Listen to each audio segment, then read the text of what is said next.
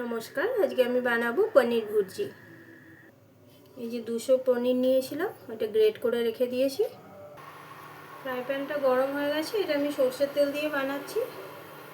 সরষের তেল দিয়ে দিচ্ছি, পেঁয়াজটা ভাজবো আগে।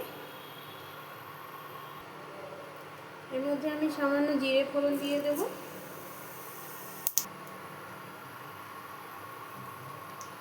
সামান্য একটু নুন দিয়ে দিচ্ছি। ওর জন্য 2টো পেঁয়াজ আমি দিয়ে দিচ্ছি।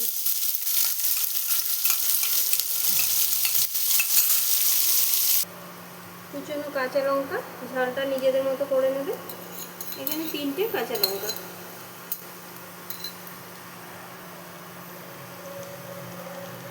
সামান্য ধনের গুঁড়ো দিয়ে দিচ্ছি।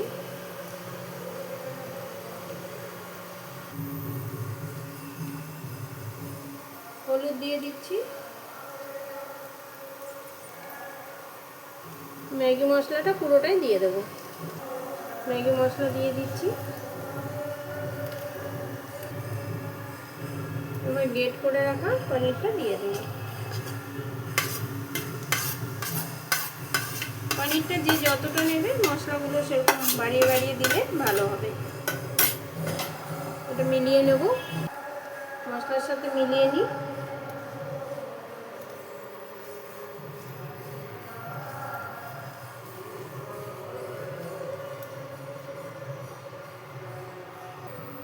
চিলি ফ্লেক্স একটু দিয়ে দেব।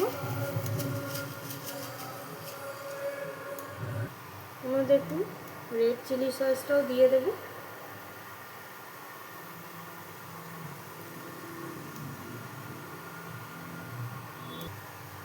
মিলিয়ে নিই।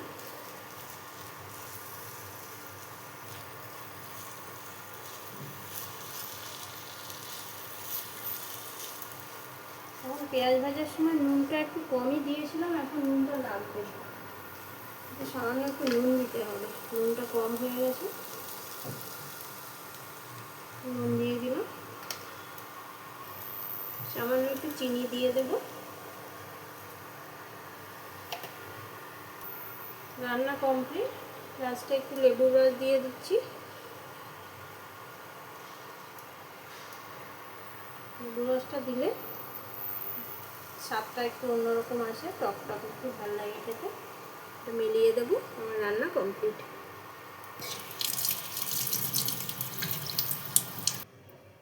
পনির ভুর্জি রেডি। এবার আমি সার্ভ করে নিচ্ছি।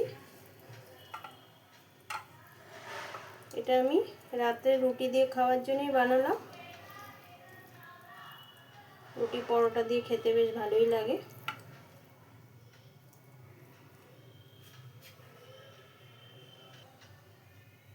পনির ভুর্জি রেডি। আর খেতে তো ভালোই লাগে রুটি পরোটা দিয়ে। যদি ভিডিওটা ভালো লাগে তো একটা লাইক করে দেবেন।